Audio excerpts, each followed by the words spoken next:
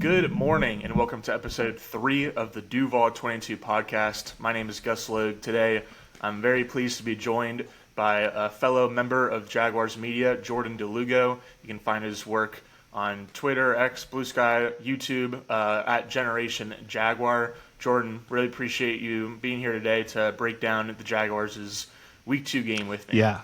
Couldn't be a better game to talk about, I'm sure. But I'm very fired up to be here. So excited you've got this show going. Love the name. And you know, happy to talk some Jags football with you. Appreciate it. Yeah, well, as you kind of said, it's not maybe – there's certainly a lot to talk about, but it wasn't the game that Jaguars fans are going to look back on with a lot of pride or excitement or whatever word you want to use. Jacksonville lost 27-31 against the Bengals on Sunday. Joe Burrow came out in the second quarter due to a turf toe injury. He was ruled out for the rest of the game. And then Jake Browning came in, threw for just under 250 passing yards with 2 touchdowns. And Jamar Chase went off for 14 catches, 165 yards, a touchdown. Jaguars defense was not able to slow him down. But Jordan, definitely a disappointing loss, especially considering I think the Jaguars had an 87% chance to win, according to Next Gen Stats' win probability, after Devin Lloyd's fourth quarter interception. And so it was very much a choke job by the Jaguars. It was very much a game that they should have won and didn't. Just a second game in the Liam Cohen era for Liam Cohen, Grant Udinski as offense coordinator, and Anthony Campanile as defense coordinator. What would you say was your biggest takeaway or biggest observation from the loss? You got to know what it is already, right?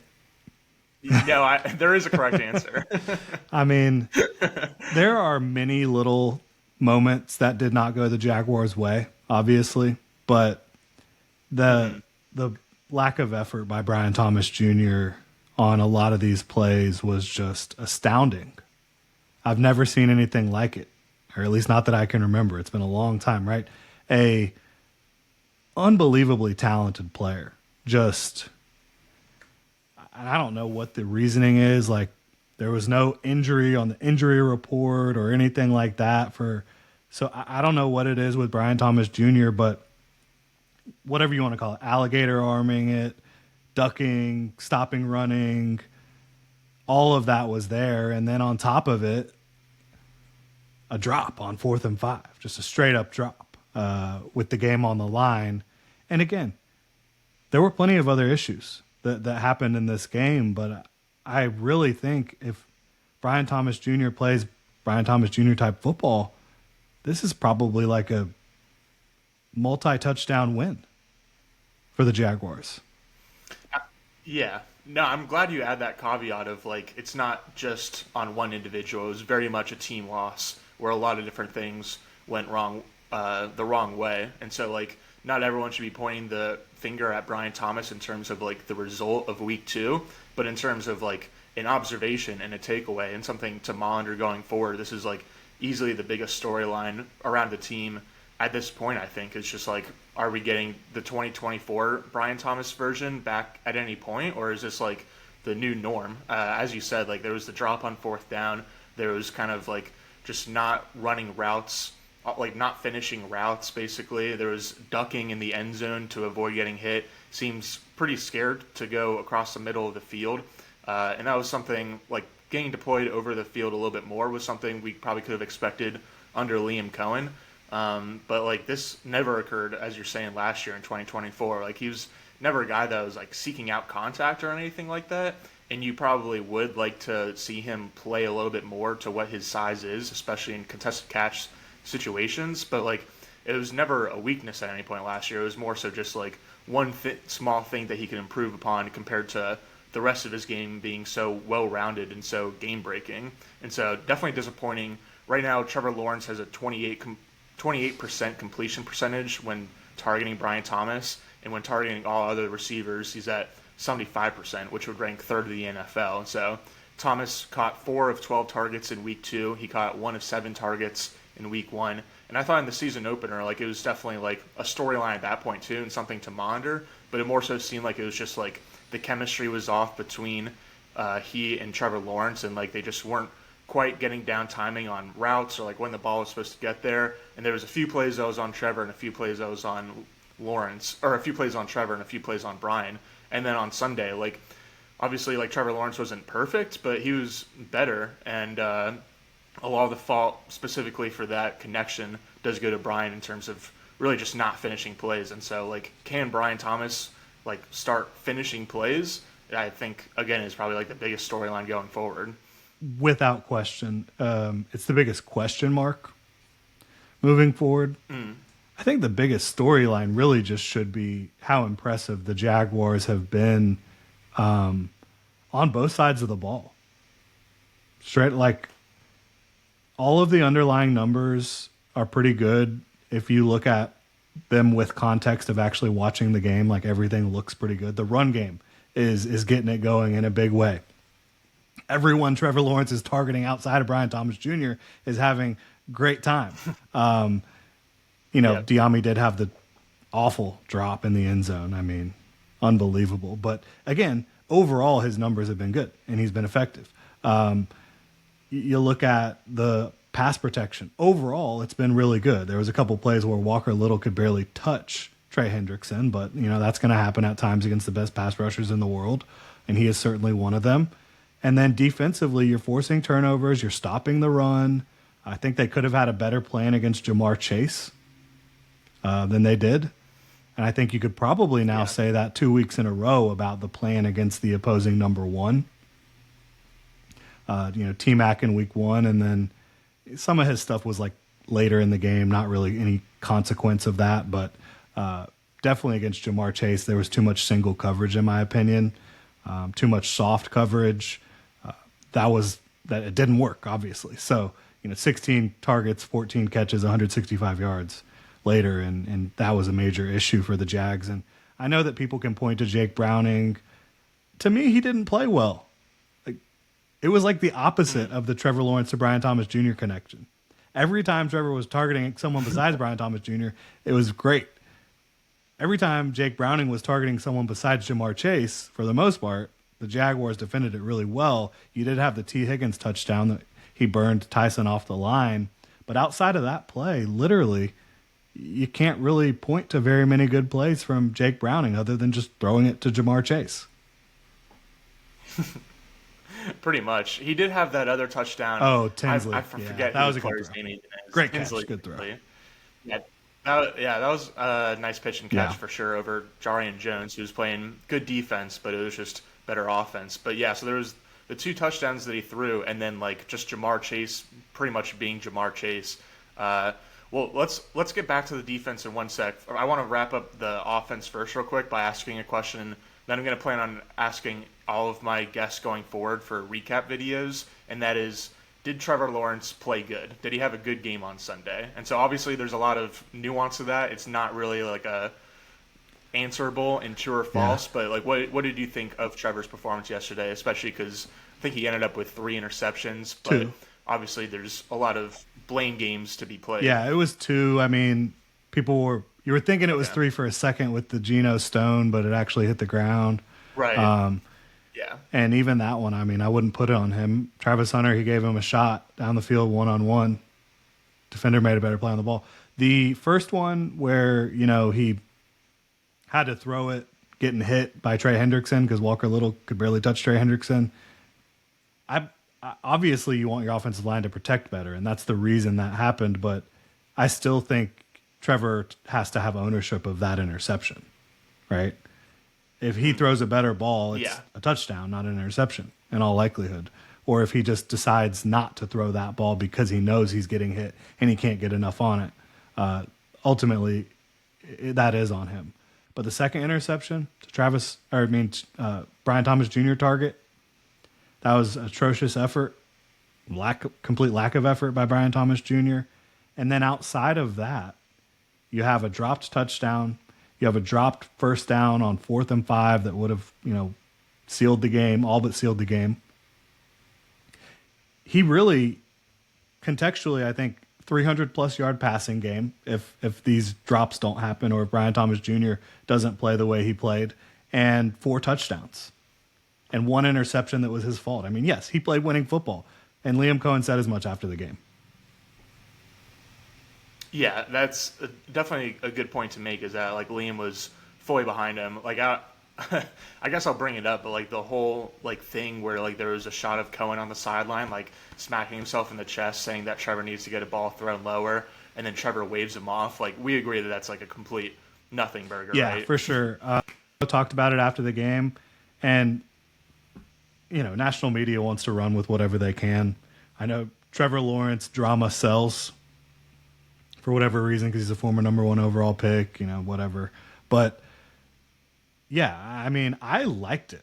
I was like, yeah, he needed to get the ball on that guy's chest, and Liam Cohen's telling him about it. And I think that they have a strong foundation in their relationship, and they kind of are a yin and yang, where Liam Cohen is much more fiery and excitable, and Trevor Lawrence is more down to earth and I don't want to, down to earth is probably not the right word, but much more even keel. And Liam Cohen talked about that after the game, like he needs Trevor Lawrence sometimes, like in that personality wise. So I think that could be a cool thing to watch and see them grow together from a personality and relationship standpoint. I'm not worried about it at all. I think any of that type of talk is just people looking for clicks. Yeah, I think yin yang is a really good way to describe it, because Trevor also said like the same thing, where like it's a good way for them to balance each other out a little bit. And like Liam said that he needs Trevor's even keeledness. Like Trevor also needs like a little bit more fire at times, and like he said that like Liam has helped kind of bring that out. And I think that's apparent like when you think about how Liam was like so complimentary of him being a competitor on Sunday. And then in week 1, Trevor was mic'd up for the season opener, and like he it seemed like he was like more fired up than usual. Maybe it was because it was like his first time playing football in a while after ending last season on injured reserve.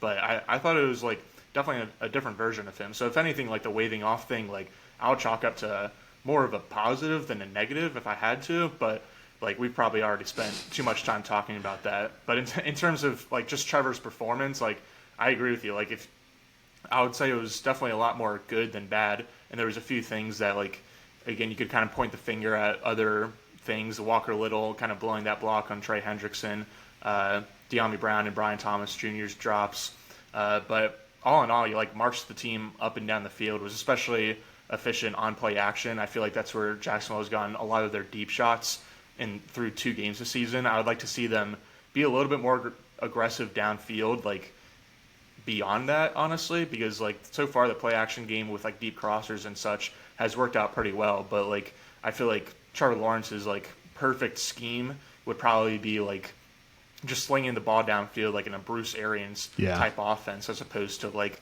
this like McVay Shanahan type, like we're running the ball really well. Not that it's a bad system for him. I do think he's like one of those quarterbacks that can fit into pretty much any system just because he can put the ball anywhere and has good, maybe not Lamar Jackson athleticism, but pretty good athleticism to navigate the pocket and make plays outside of the pocket. But yeah, I'd like to see a little bit more deep attempts, especially Travis Hunter, who like I'm glad that his usage changed a little bit after the first game, because in the first game, like me and John Shipley agreed, like he was being used like Wan'Dale Robinson or Kadarius Toney or like Jamal Agnew even. Like it almost feel like he was like a gadget player more than anything else. He had 3 catches on screen plays and 3 catches on choice routes, which had like a averaged at the target of about 5 yards in the season opener. And so he was used a little bit more downfield in week 2. He was also used not in the slot as often. Like he remained pretty much only playing in 11 personnel with 3 receivers on this field, but they got Parker Washington, De'Ami Brown, and Brian Thomas all a little bit more involved in the slot this week, which bumped Travis Hunter outside. And so I think it's like kind of a step in the right direction, but at the same time, like I understand the Jaguars wanting to use him close to the line of scrimmage to be able to take advantage of his athleticism, but I feel like his best trait as a receiver is his like contested catch ability, and like we didn't necessarily see it either of the past 2 weeks, honestly, but like I think that the Jaguars need to lean into that more than anything else. Yes, I think they do as well. I would love to see him more, and these are all throws that Trevor Lawrence really thrives with, but deep overs, posts, corners, digs. I want to see more of that. I want to see him getting the ball on the move down the field a little bit, and then, every once in a while getting a chance to go up and get it. But I also don't want to get rid of the short game stuff either, because that can be very effective too. Right. So I just think it's about mixing it up more. And maybe, who knows what's going to happen with Brian Thomas Jr., but if he needs to get less targets, maybe some more of those targets can go to Travis, and you can dial up some different things for him, in different areas of the field. For sure. Just last note on the offense, I guess, is that their running game looks incredible. Like, I think a lot of people were probably screaming at the television late yesterday afternoon to just keep running the darn ball. And understandably so, because the Jaguars, at least entering last night, were tied for first in terms of both team yards per carry and rushing yards per game. And so, it's pretty astounding, honestly, the effects that Liam Cohen and his coaching staff has had on the offensive line especially, but also the running game. He took the Buccaneers last year to going from a bottom 5 unit to a top 5 unit in terms of rushing production. And I think that, it was almost foolish or fool's gold or whatever to believe that the same thing would happen in Jacksonville, just because the talent level on the offensive line is way higher in Tampa Bay, especially when Tristan Wirfs is healthy. But man, we're kind of already seeing the same thing take effect. So the Jaguars, I think we're bottom 10 in rushing offense last year. And again, right now they're tied for first. And so I don't know if you have any quick thoughts on ETN or Bashal Tootin or the running game before we go over to the defense. I honestly think it has less to do with the scheme and more to do with just coaching, teaching. Because it hasn't really mattered what scheme that he's running in terms of running the ball. They've done it in a lot of different ways. They did it in a lot of different ways in Tampa as well. And I think what you're seeing too is Travis Etienne's a lot more talented than Rachaad White is. And he was the guy who was leading the backfield early on last year. And then you also still have this crazy 4th round talent at running back, back-to-back years. Last year it was Bucky Irving. This year it's Bashal Tootin, who might be even more exciting and talented than Bucky Irving. So, and then also LeQuint Allen. He had another great pass pro rep yesterday, one-on-one, just took the guy out. He ran hard when he got a couple carries. These guys are fun. McCary and Cleveland and Hainsey that's a physical group compared to what you had last year in the run game. And then the final shout out, got to go to Parker Washington. Goodness gracious. I mean, that guy deserves a game ball. 5 targets, 5 catches, 70-something yards. I mean, goes up and gets it, creates separation. Hell of a game for him. Yeah, he led the team in receiving, and it was just the second game of his career that he had over 75 receiving yards. So definitely a great performance by him, but at the same time, you didn't even have to be at the Miller Electric Center this offseason. You just had to be scrolling on Jags Twitter, and you would have known that Parker Washington had been doing that all training camp, all throughout offseason practices.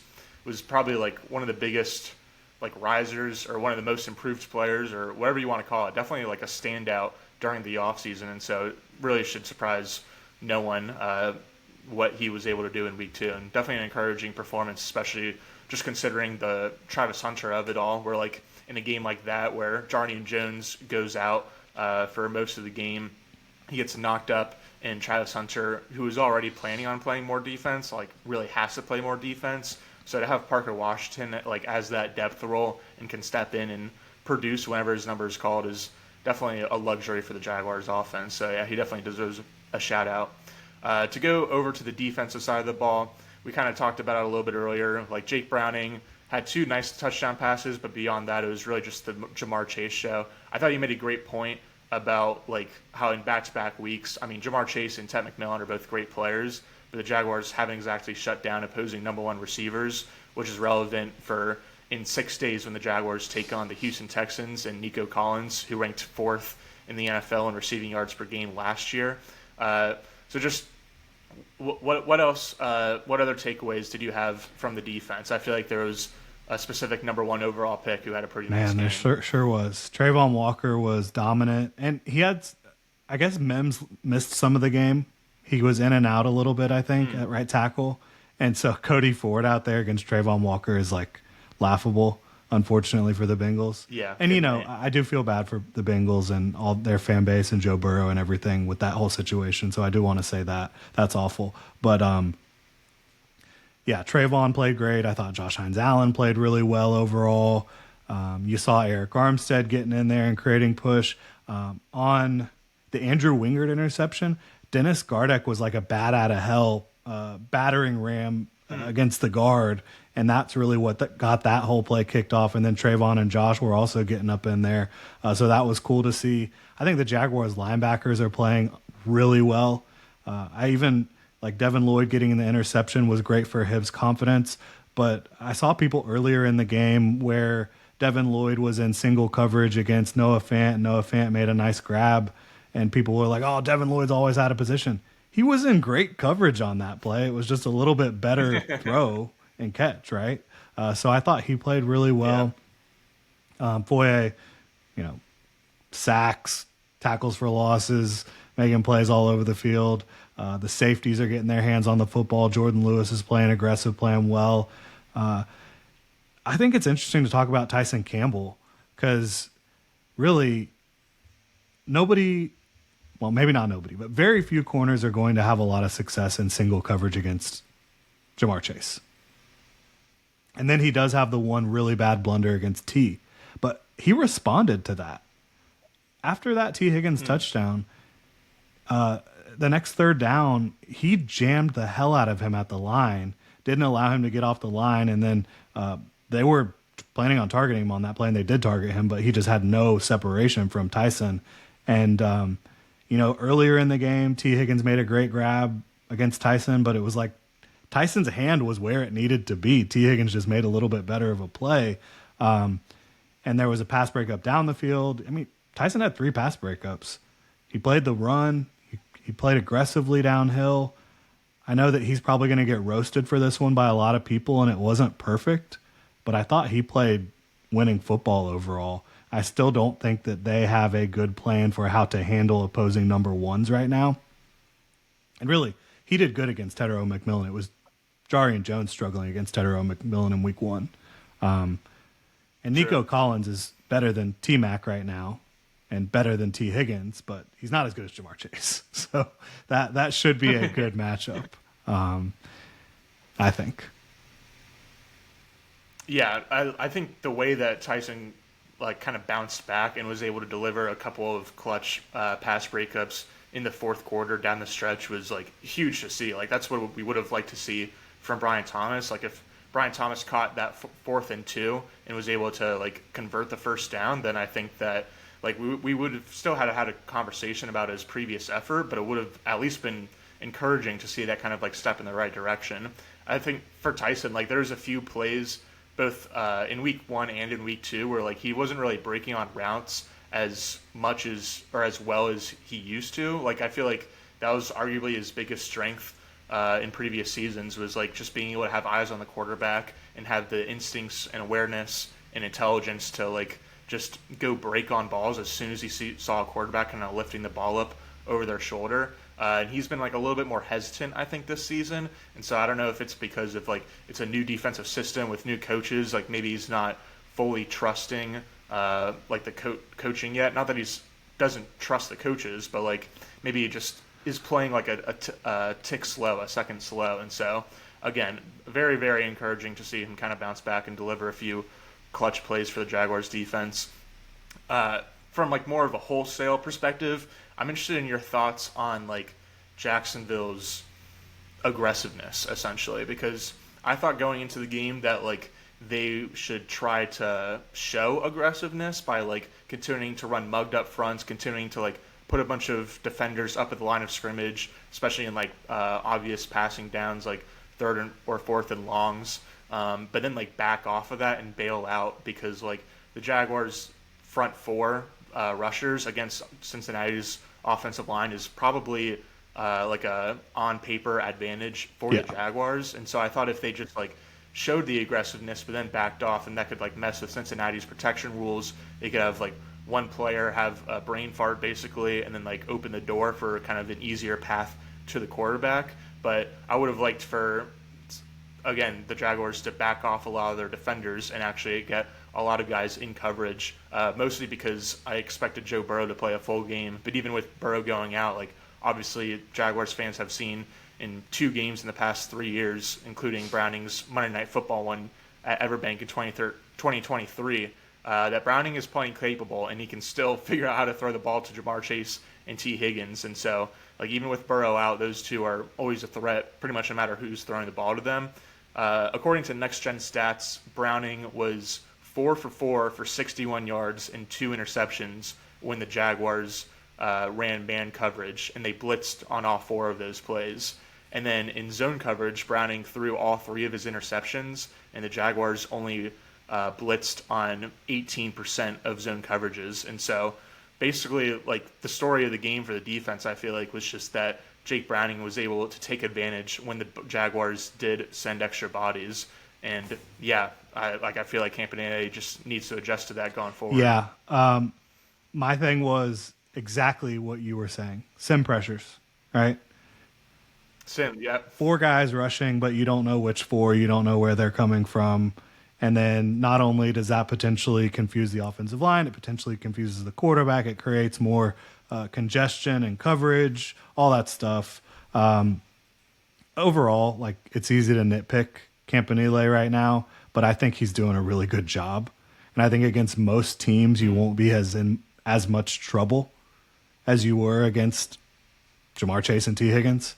But right. Yeah, I agree. I think if he can take anything away from it, just, from the statistics, the analytics, like you brought up, like, they did struggle in man coverage. This is a team we know struggled in man coverage last year. The Jaguars did. And so do you completely eliminate that? No. But maybe you adjust it a little bit and maybe you run it a little bit less. But I mean, they really didn't run it a lot. It's just when they did, yeah, right. they got torched. The Bengals were just ready for when it did happen. So maybe you disguise it better, so they don't have a tell on that. I'm not sure. But one thing I will say is I think Anthony Campanile is hella smart. That's one thing. I didn't know that much about him coming in. You had the sound bites and the clips of him being all excitable and fiery, and that's really fun. But the more I thought about it, the more I was like, I do believe Liam Cohen is, I mean, I don't want to call him a genius, but like, he is a really smart football coach. There's no way he's not hiring a coordinator who he thinks is really smart, right? So that's kind of where I'm at with Anthony Campanile. I think he will be able to adjust a lot, and I think they have most of the pieces they need to be a good defense. I was excited about Travis Hunter. I think that pass interference on the last play or last drive was a really weak call, and I thought he played well on defense. Yeah, I thought so too. It was, only a 2-game sample, but the most snaps he's played on defense through those 2 games. He played 20 plus in week 2. I don't know what the exact. I think it was 43. Off the top of my head, 43. Okay, there you go. Off the top of my head, I can't remember him like allowing a reception or anything.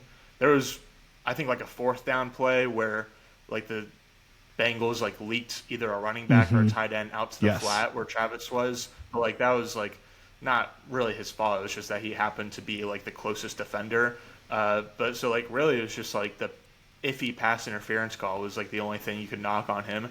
And then on offense, like it would have been cool to see him come down with that Mike Thomas-esque play that didn't end up like the Mike Thomas play, but like at the end of the first half, Lawrence just like launched essentially a prayer downfield to Brian Thomas, and it got batted right into the arms of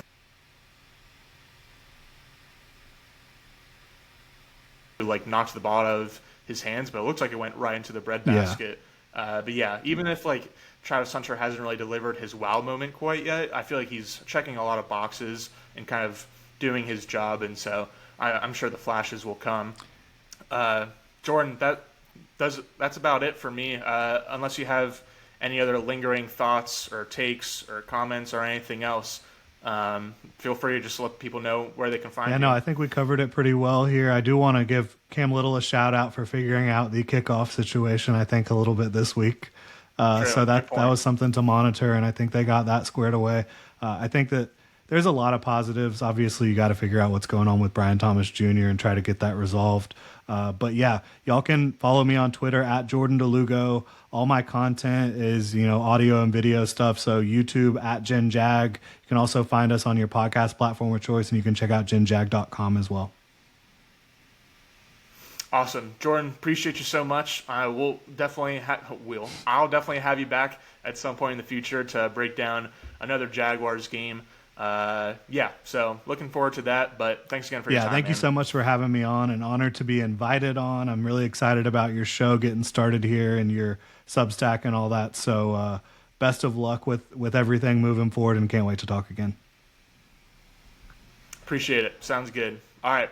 Till next time, check out GenJag, check out Duval22.com for more analysis and info on the Jaguars. Appreciate everyone for watching and listening. See you next time.